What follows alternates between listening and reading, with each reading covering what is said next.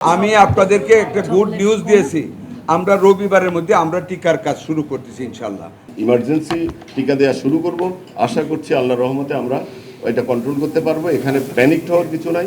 আমরা আগের সরকারগুলির মতন ঘুমিয়ে থাকবো না, আমরা it will continue, the process will continue.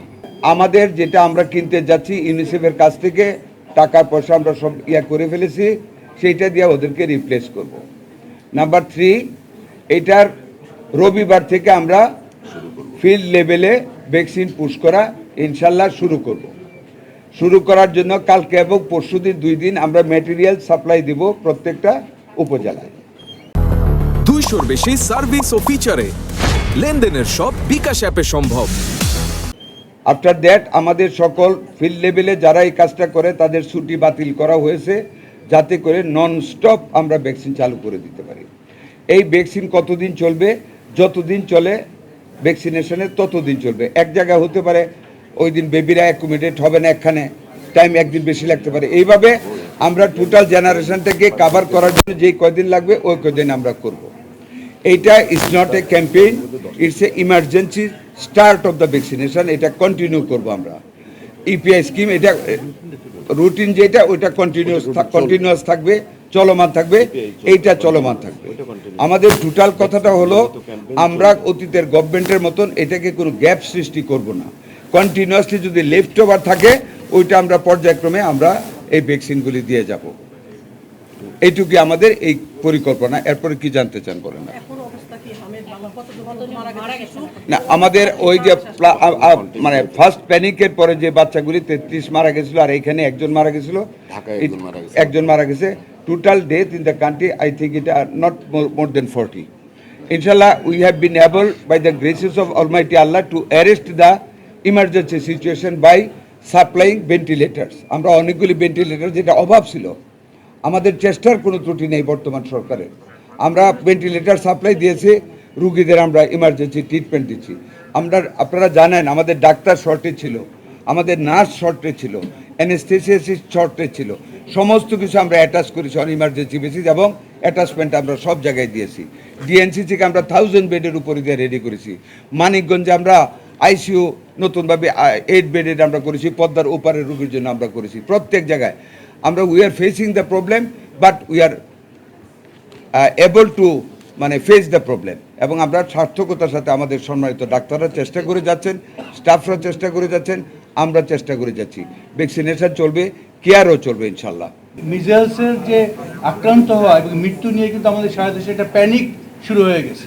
একটা বাচ্চা বিভিন্ন কারণে আক্রান্ত হতে পারে, বিভিন্ন কারণে জ্বর হতে পারে, জ্বর হলেই তার মিজেলস হয়েছে, তার জন্য প্যানিক করা, এইটা কিন্তু আমাদের স্বাস্থ্য ব্যবস্থাকে ক্ষতিগ্রস্ত করছে। আমাদের ডাক্তার, নার্স, তাদের যে নর্মাল যে দায়িত্ব পালন, ওই দায়িত্ব পালনকে ক্ষতিগ্রস্ত করছে। এইখানে আমার মনে হয় যে আমাদের মিডিয়া কমিউনিটির একটা বড় রোল আছে, মানুষকে শান্ত করার, সবাইকে ধৈর্য ধরার, এবং এই রোববার থেকে যে ভ্যাকসিন ক্যাম্পেইন শুরু হবে তাতে যাতে সবাই পার্টিসিপেট করে, সেটাও যাতে ভালোভাবে হয়, সে ব্যাপারে আপনাদের একটা বড় দায়িত্ব আমাদের জাতীয়ভাবে আছে। একার দায়িত্ব না, মিনিস্ট্রি অফ হেলথ, মিডিয়া, এখানে আমাদের সিভিল সোসাইটি, আমাদের এনজিও, আমাদের ডেভেলপমেন্ট পার্টনার্স, এটা আমাদের একটা যৌথ পার্টনারশিপ। আমি to give positive news to that. এই যে কাগজটা রাখেন একটু, এই যে কাগজটা, এই একটা সামান্য কন্টেনার দিয়ে it is more effective than the ventilator. লাঙে ঢুকাবে, ঢুকে ফাঁক করে দিবে, অক্সিজেন নিতে পারবে। আল্লাহর মতে এতে আমাদের ক্যাজুয়ালিটিস কমবে। এটা আপনারা জাতিকে জানান, আমরা চেষ্টা করছি যে আপনারা জানাবেন। এটা হলো bubble continuous positive airway pressure রাখেন, bubble continuous positive airway pressure, CPAP. এটা একটু নেন, ধরেন, এটা সবারই দিয়ে দেন প্লিজ। আমি একটু বলি, আপনারা যে 33টা বাচ্চা রাজশাহীতে মারা গিয়েছে, এরা কিন্তু সবাই মিজেলসে হয় নাই। এটা ওয়ার্ল্ড হেলথ অর্গানাইজেশন আমাদের ওখান থেকে রিপোর্টটা নিয়েছে।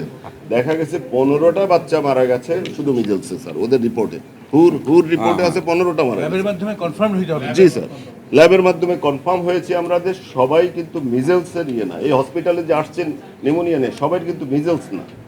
এইটা একটু আপনারা এই জিনিসটা ক্লিয়ার করবেন যে এইটা আতঙ্কের কিছু নাই। আমরা রাইট টাইম এবং দ্রুত সময়ের মধ্যে আমরা রেসপন্স করে আমরা এইটা ইমার্জেন্সি বেসিসে আমরা একটা সার্কেল, যেটা ধরেন এখানে একজন ইনফেক্টেড, এর চারিদিকে আমরা রিং তৈরি করে টিকা দিয়ে একটা ইমিউনিটি হার্ড ইমিউনিটি বলা যাবে এটাকে, আমরা একটা হার্ড ইমিউনিটি সার্কেল তৈরি করব। কারণ এটাকে সায়েন্টিফিকভাবে মোকাবেলা না করে যা তাভাবে করলে আমরা এটাকে ফেস করতে পারবো না। এই জন্য আমরা সায়েন্টিফিক ওয়েতে আমাদের যে কমিটি আছে, কমিটির রিকমেন্ডেশন, আমাদের স্যার এক্সপার্ট আছেন, ওনাদের রিকমেন্ডেশন নিয়ে আমরা ইউনিসেফের সাথে জরুরি ভিত্তিতে কথা বলে আজকে ইউনিসেফ আমাদেরকে যথেষ্ট সহযোগিতা করছে। আমরা ইউনিসেফকে ধন্যবাদ জানাই। তারা আমাদেরকে আমাদের এই বিপদকালীন সময়, আমাদের এই সময়ে তারা আমাদের পাশে এসে দাঁড়িয়েছে। গাভি WHO তারাও আমাদের পাশে দাঁড়িয়েছে। WHO সবাই দাঁড়িয়েছে, আমরা তাদেরকে ধন্যবাদ জানাই। ইনশাআল্লাহ আমরা রোববার থেকে যখন ইমার্জেন্সি টিকা দেওয়া শুরু করব, আশা করছি আল্লাহর রহমতে আমরা এটা কন্ট্রোল করতে পারবো। এখানে প্যানিক হওয়ার কিছু নাই। আপনারা দয়া করে পজিটিভ নিউজ করবেন, মানুষকে টিকা কেন্দ্রে আসতে উৎসাহিত করবেন, আমাদেরকে সহযোগিতা করবেন। ধন্যবাদ আপনারা কষ্ট করে আসার জন্য। Thank you very much.